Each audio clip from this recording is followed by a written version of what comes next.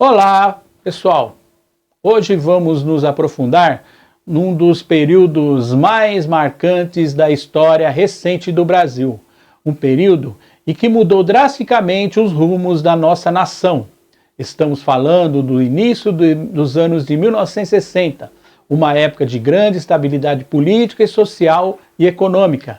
E este foi um momento em que o Brasil, assim como muitas outras nações por todo o mundo, vivia sob a sombra da Guerra Fria, um intenso debate de disputas ideológicas entre o capitalismo e o socialismo.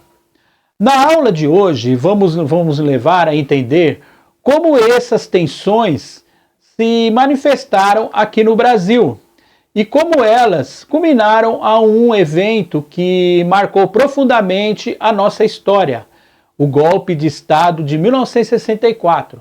E esse golpe derrubou o governo democraticamente eleito de João Goulart e deu início a uma ditadura militar que duraria 21 anos.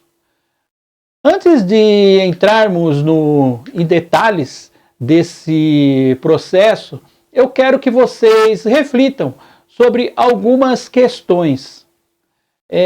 Como, por exemplo, o que levava ou o que leva uma sociedade a aceitar ou até mesmo apoiar uma ruptura da ordem democrática.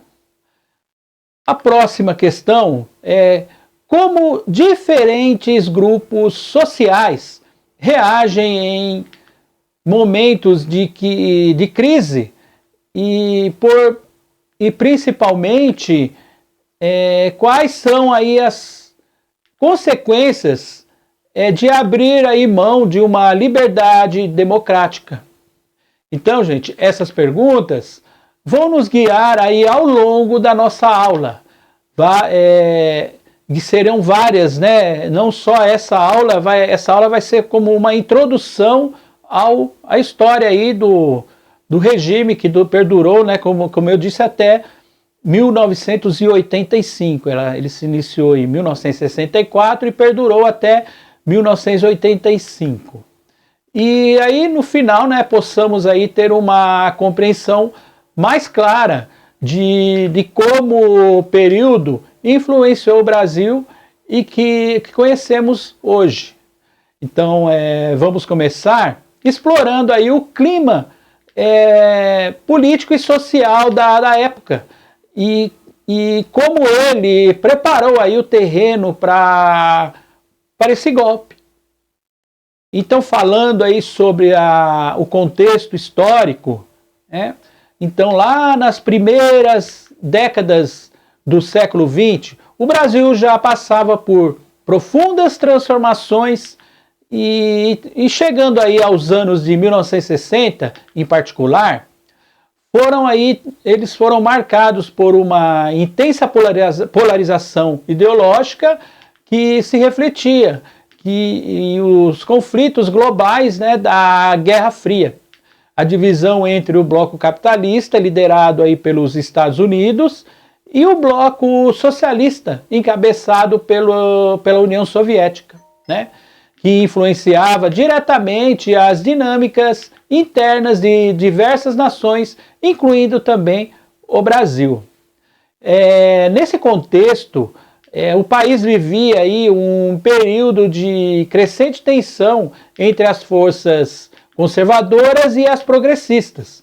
O governo de João Goulart, com as suas propostas de reformas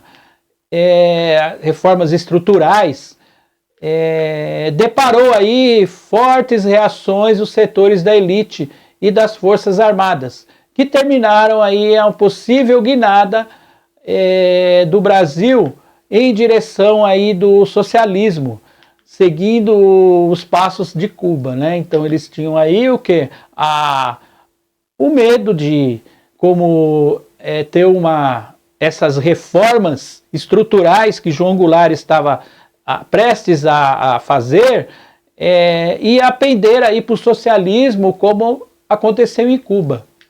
Então, à medida que a crise política e econômica se aprofundava e a possibilidade de um golpe de Estado se tornou cada vez mais concreto.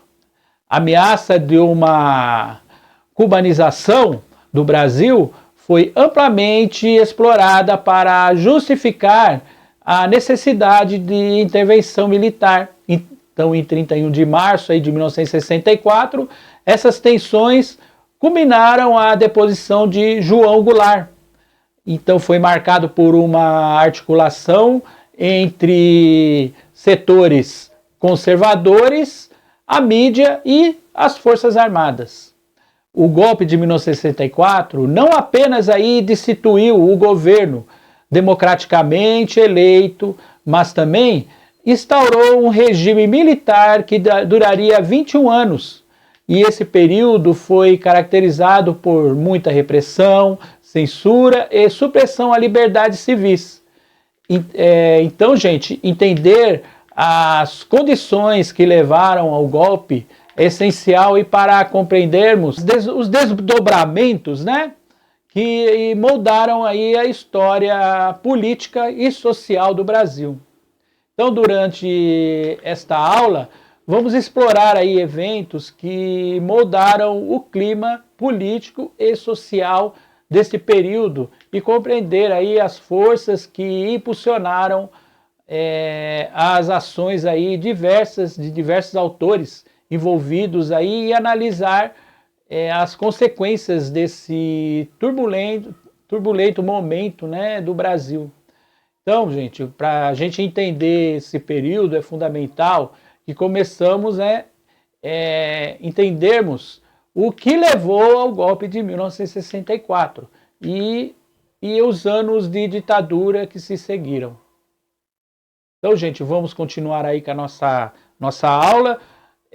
Vamos expor item a item, né, esse momento, o que levou ao final desse momento esse golpe de Estado que perdurou de 31 de março de 1964 até os anos de 1985, somando-se 21 anos, né, de repressão na ditadura militar. Então, pessoal, como nós falamos no início da aula, vamos analisar então o clima político e social no Brasil nos anos de 1960, né? Fazer uma análise pré-golpe de 1964. Então, a polarização ideológica com a Guerra Fria, o Brasil estava inserido no contexto da Guerra Fria, onde o mundo estava dividido entre o bloco capitalista, liderado pelos Estados Unidos, e o bloco socialista, liderado pela União Soviética. E essa polarização global se refletia na política interna do Brasil, com uma crescente tensão entre as forças conservadoras e as progressistas. O crescimento do movimento trabalhista e esquerdista durante os anos de 1950 a 1960, houve um fortalecimento dos movimentos sindicais e estudantis de esquerda. Então, inspirando ideais socialistas e revolucionários. Com o movimento comunista e as reformas de base propostas por João Goulart, o Jango, né? Esses movimentos defendiam reformas agrárias, nacionalização e a maior participação popular que o alarmava as elites conservadoras e os setores militares, né? Então, essas reformas que João Goulart queria fazer, essas reformas profundas, estavam incomodando, né? Essas pessoas, né? Como a elite, né, a elite brasileira, e também incomodando os militares. Eles achavam que ele tinha o quê? Um viés comunista, né? E essas propostas mais populares, eles atingindo aí a área social, eles achavam que seria um modo de implantar, o comunismo aqui no Brasil. E então, a Guerra Fria. O Brasil estava inserido no contexto da Guerra Fria, onde o mundo estava dividido entre o bloco capitalista liderado pelos Estados Unidos e o bloco socialista liderado aí pela União Soviética. E essa polarização global se refletia na política interna do Brasil, com uma crescente tensão entre as forças progressistas, conservadoras e progressistas. Os movimentos trabalhistas, que nós comentamos, que cresceu aí durante a década de 50 e início aí da década de 60, houve então um fortalecimento desses movimentos sindicais e estudantis de esquerda, e inspirando aí por ideais socialistas e revolucionários. Como o movimento comunista e as reformas de base propostas por João Goulart, esses movimentos defendiam reforma agrária, nacionalização e maior participação popular, e então realmente alarmava aí as elites e setores militares. Então o governo com essa instabilidade política, o governo de João Goulart, conhecido como Jango, assumiu a presidência após aí a renúncia de Jânio Quadros, em 1961. Seu governo foi marcado por uma tentativa de conciliar interesses, mas acabou acentuado aí as divisões políticas. Então, Goulart propôs reformas estruturais, como a reforma agrária e as reformas urbanas, que geraram aí forte oposição entre as elites agrárias e empresariais e também os militares. A economia brasileira passava por dificuldades com inflação alta, déficit público crescente e a crise na balança de pagamentos. Essas questões econômicas exacerbavam aí as tensões sociais e políticas, levando a protestos, greves em várias partes do país. Então, recapitulando, João Goulart, conhecido como Jango, assumiu a presidência após a renúncia de Jânio Quadros, isso lá em 1961. Seu governo foi marcado por uma tentativa de conciliar diferentes interesses, mas acabou acentuando as divisões políticas. E Goulart propôs reformas estruturais, como a reforma agrária e a reforma urbana, que geraram aí fortes oposições entre as elites agrárias e empresariais. A crise econômica brasileira passava aí por dificuldades com a inflação alta, déficit público e a crescente e a crise da balança de pagamentos. Essas questões econômicas exacerbaram então as tensões sociais e políticas, levando a protestos e greves por várias partes aí do Brasil. Aí entrou que a ameaça do golpe, o medo do comunismo, teve aí a ameaça do golpe, foi percebida aí de uma cubanização do Brasil, visto que Cuba, com sua revolução, acabou indo para o lado socialista, dentro dessa polarização que existia com a Guerra Fria, ele acabou indo para o lado da União Soviética, o lado socialista, o comunista, como eles dizem. Então foi um fator central nas tensões do período. E esse medo foi amplamente explorado pela mídia e pelas elites e também pelas Forças Armadas para justificar a necessidade de um golpe. Então, eles alimentaram essa ameaça, que eles diziam que tinha dentro do país, alimentando a sociedade aí com essas tensões, colocando a sociedade em tensão para quê? Para eles poderem elaborar aí e justificar aí a necessidade de um golpe. Então, essa mobilização das Forças Armadas, influenciadas aí pela doutrina de segurança nacional e pelo apoio dos Estados Unidos, começaram aí a se mobilizar contra o governo de Goulart, que era visto como uma ameaça à ordem e à segurança do país. Então, gente, essa doutrina de segurança nacional, essa aí foi uma elaboração, né, junto aí com os Estados Unidos, colocando aí todos os países latino-americanos dentro dessa doutrina. Então, a doutrina de segurança nacional foi um conjunto de ideias e estratégias desenvolvidas durante a Guerra Fria, que influenciou as Forças Armadas brasileiras e outras nações latino-americanas. Segundo essa doutrina, a principal ameaça é a segurança nacional. Não vinha mais de inimigos externos, mas de dentro do próprio país, especialmente grupos considerados subversivos ou comunistas. Então, aqui no Brasil, essa doutrina foi adotada pelas Forças Armadas e foi um dos pilares que justificaram o golpe de 1964, que derrubou o presidente João Goulart. As Forças Armadas passaram a ver o governo de Goulart como uma ameaça comunista que poderia desestabilizar o país, justificando a necessidade da intervenção militar para salvar a nação, né? Então, essa doutrina, né, que colocaram dentro do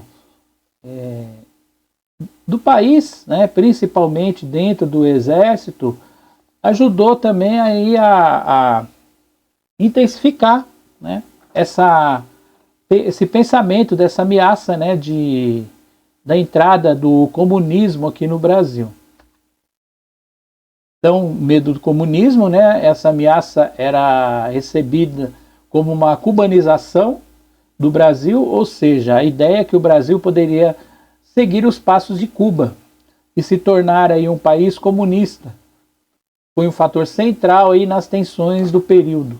E esse medo foi amplamente explorado pela mídia e pelas elites e pelas Forças Armadas para justificar aí essa necessidade do golpe, né, juntamente aí com a teoria de segurança nacional. E as Forças Armadas, né, influenciadas pela doutrina de segurança, como nós falamos aqui, né, e pelo apoio dos Estados Unidos, começaram a se mobilizar contra o governo de Goulart, que era visto como uma ameaça à ordem e segurança do país. Então eles incluíram aí o governo de Goulart dentro aí da doutrina de segurança nacional. Aí João Goulart estava ameaçando aí a segurança do Brasil. E então, com esses movimentos sociais e protestos, né, como a Marcha da Família com Deus e pela Liberdade, esses foram grandes protestos organizados pelos setores conservadores e pela Igreja Católica, que reuniram milhões de pessoas em várias cidades brasileiras, isso em 1964. Essas marchas clamavam por uma intervenção militar para salvar o Brasil. Isso salvar o Brasil do comunismo, né, e da desordem social. Então, gente, a gente vê, né, que a história aí sempre, se nós observarmos, ela está sempre se repetindo, né, movimentos, estratégias, políticas, visto aí que a mesma ameaça comunista que o Brasil teve lá em 1937, com Getúlio Vargas, com a implantação do Estado Novo, eles estavam aí com a mesma ideia do fantasma do comunismo ser implantado agora no Brasil em 1964. E recentemente, movimentos também pedindo que as Forças Armadas fizessem intervenção com o mesmo fantasma do comunismo, né, que o comunismo ia ser implantado no Brasil, né. Então, a gente vê, né, que os meios são praticamente os mesmos. A coisa da elite, o medo da elite, o medo da direita, né, no país é essa, né, o medo do comunismo, né, que se a gente for analisar, o comunismo nunca existiu no mundo. Essa é uma história aí que a gente pode até conversar uma outra hora. E, então, paralelamente aí, os movimentos sociais, como os sindicatos e as organizações estudantis, promoviam aí manifestações de apoio às reformas reformas aí propostas aí por Goulart, que aumentava aí a sensação de crise e percepção de que o governo estava perdendo o controle.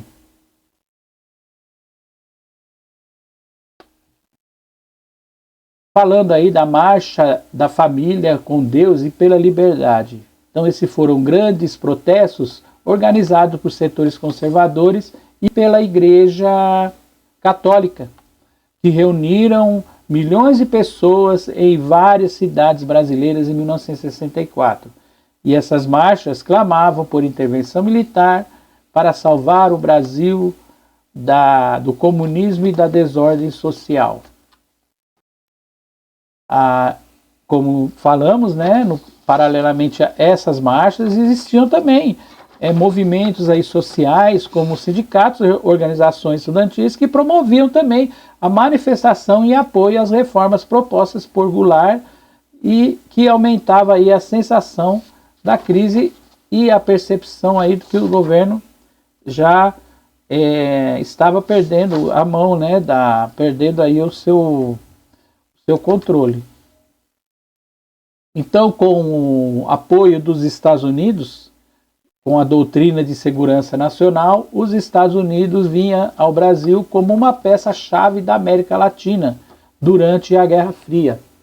E com base na doutrina de segurança nacional, o governo dos Estados Unidos ofereceu um apoio direto e indireto às forças que planejavam o golpe, temendo aí a ascensão de um governo de esquerda no país.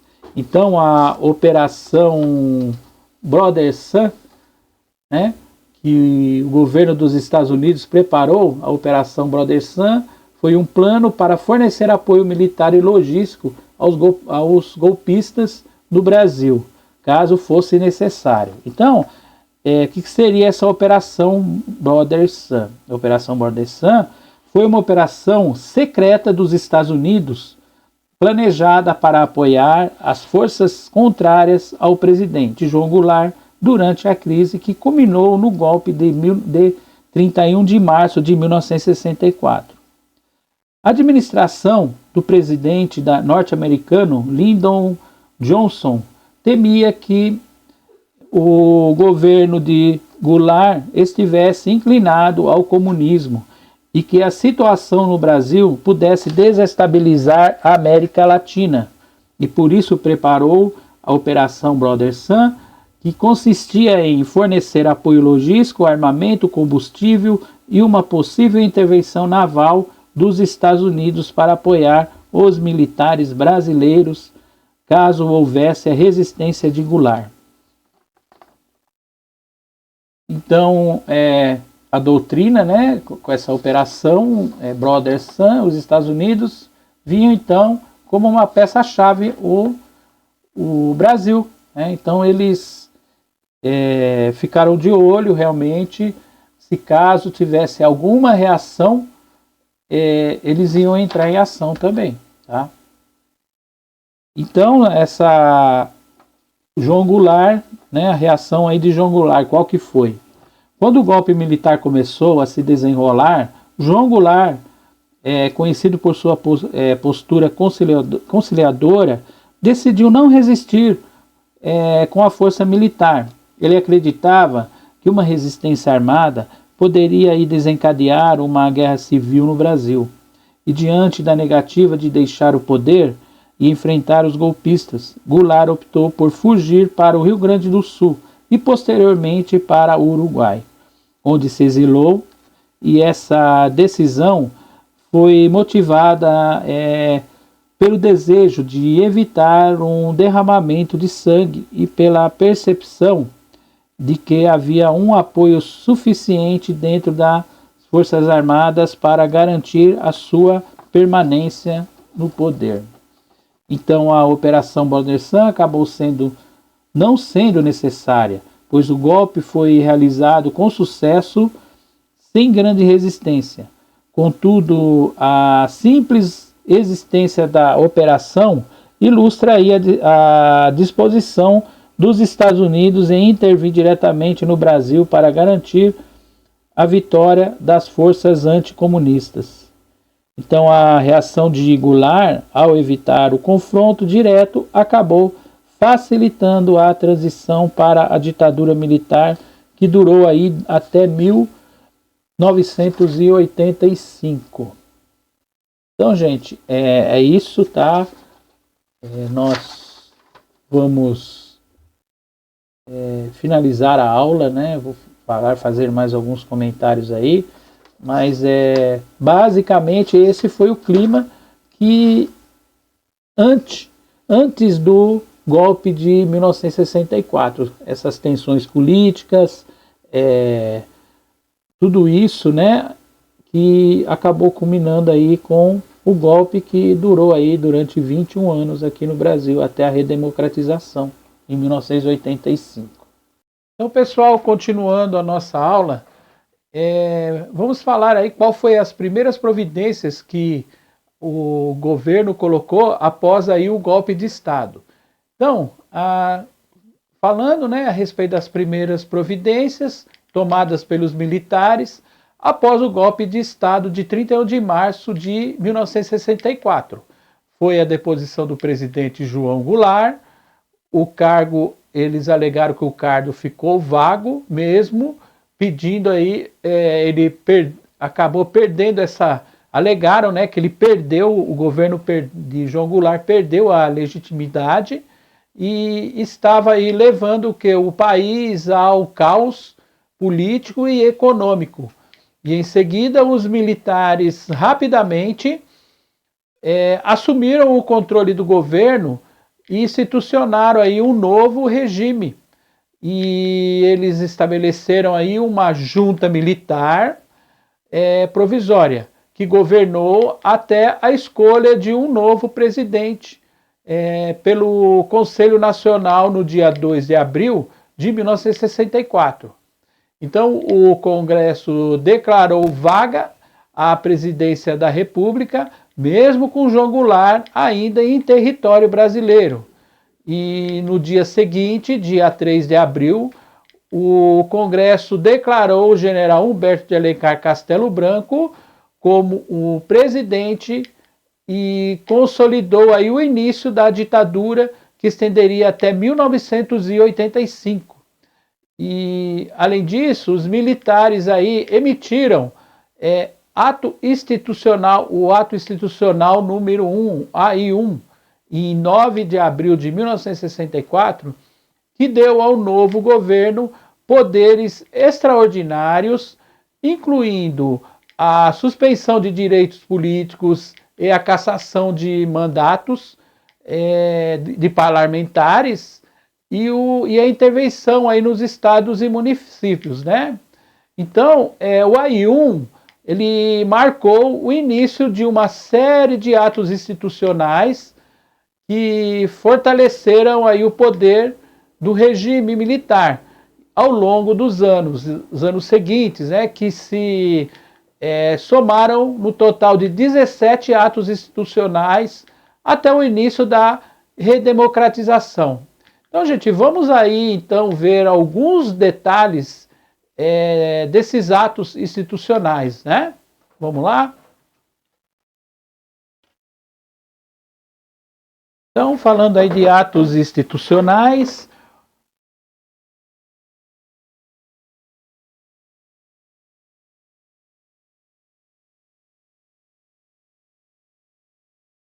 então, o ato institucional número 1, o AI-1, os militares decretaram vários atos, né, institucionais ao longo da ditadura, e cada um ampliando os poderes do regime e restringindo ainda mais as liberdades civis e políticas.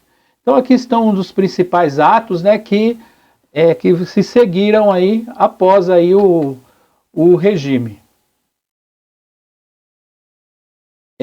Então, o ato institucional número 2, que foi decretado no dia 27 de outubro de 1965, extinguiu aí os partidos políticos existentes e instituiu o sistema do bipartidarismo, criando a Aliança Renovadora Nacional, a ARENA, e o Movimento Democrático Brasileiro, né, que a Aliança Renovadora Nacional seria o partido da situação, no caso, o partido do governo, do governo militar. E o Movimento Democrático Brasileiro, o MDB, que seria o partido de oposição, né? E ampliou os poderes aí do executivo, então permitindo a cassação de mandatos e a suspensão dos direitos políticos, que estabeleceu eleições indiretas para presidente da República. Então, após a tomada aí do poder, todos os presidentes eram votados dentro do Congresso, certo? Do Congresso lá, os deputados e senadores. Então, não mais vamos dizer, o regime aí democrático realmente como é no dia de hoje, né? E logo após o próximo ato institucional, que foi o número 3, o AI3, de 5 de fevereiro de 66, instituiu eleições indiretas para governadores dos estados e para prefeitos de municípios, considerado áreas de segurança nacional, e enfraqueceu ainda mais a autonomia dos estados e municípios. Então, todo município e estado que eles consideravam que era área de segurança nacional, quem nomeava era os próprios, o próprio presidente, no caso, né?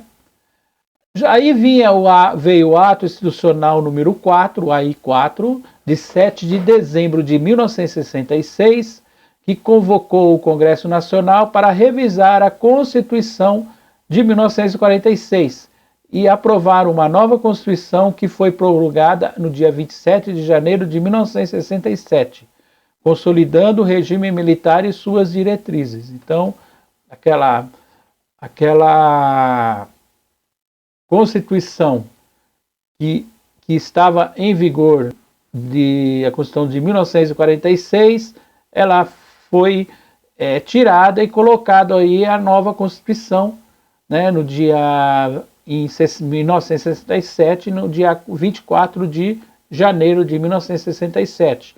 Lógico, né, consolidando aí o regime e colocando mais ainda poderes aí dentro do governo militar. Aí veio o ato mais severo, né, desse período, né, do regime aí militar dentro do Brasil.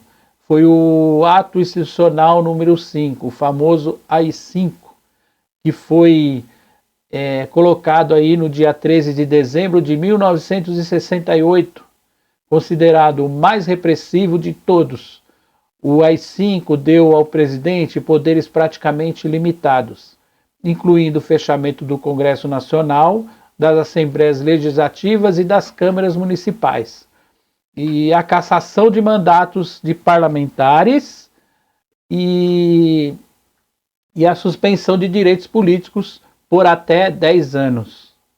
Então, também teve aí a censura prévia da imprensa, de música, teatro, cinema e televisão. Também a intervenção federal nos estados e municípios, sem qualquer restrição.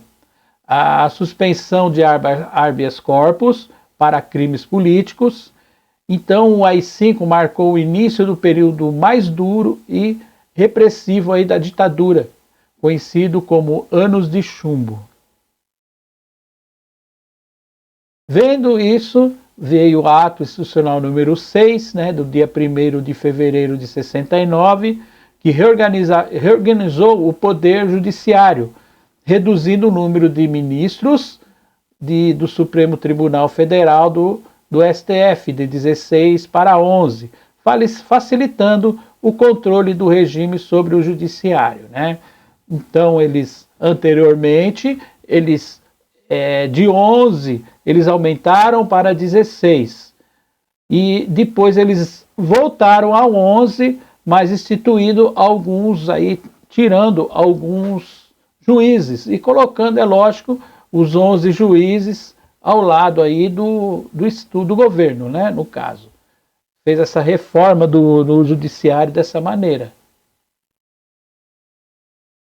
O ato institucional número 7, o AI-7, 26 de fevereiro de 69, prolongou a intervenção dos estados do Guanabara, atual Rio de Janeiro, e estendeu a suspensão dos direitos políticos. Vindo aí o ato institucional número 8, de 2 de abril de 1969, permitiu a intervenção federal nos estados e municípios em caso de perturbação da ordem pública. Vindo depois o ato institucional número 9, que é o AI-9, de 25 de abril de 69, deu ao governo federal poderes para desapropriar terras por motivos de segurança nacional. Vindo após o AI-10, ato institucional número 10, de 16 de maio de 69, manteve a vigência dos decretos-leis anteriores, fortalecendo o controle sobre o país. Vindo agora o número 11, o AI-11, 14 de agosto de 69, que regulamentou as formas de sucessão presidencial, estabelecendo regras para a substituição do presidente em caso de impedimento. Vindo agora o ato número 12, o AI-12, 31 de agosto de 69. Ele regulamentou a situação dos militares da reserva, convocando para cargos civis. E o ato institucional número 13, o AI-13, de 5 de setembro de 69, regulamentou a expulsão do território nacional de pessoas consideradas nocivas à segurança nacional. Então, vindo aí o ato institucional número 14, o AI-14, 5 de dezembro de 1969, estabeleceu medidas de emergência e aumentou as penas para crimes relacionados ao terrorismo. Ato institucional número 15, AI-15, de 11 de setembro de 1969, manteve a censura prévia e reforçou a repressão aos movimentos sociais e políticos. Esses últimos dois atos institucionais foram decretados no contexto da consolidação do poder do general Médici, garantindo a continuidade do regime militar e a estabelecer aí uma transição mais controlada dentro do próprio grupo. Então, esse ato institucional número 16, o AI-16, de 14 de outubro de 69, regulamentou a eleição indireta para presidente da República, que deveria ser realizada pelo Congresso Nacional. E esses atos garantiu a eleição do general Emílio Garrastazu Médici, um dos presidentes mais repressivos do regime militar.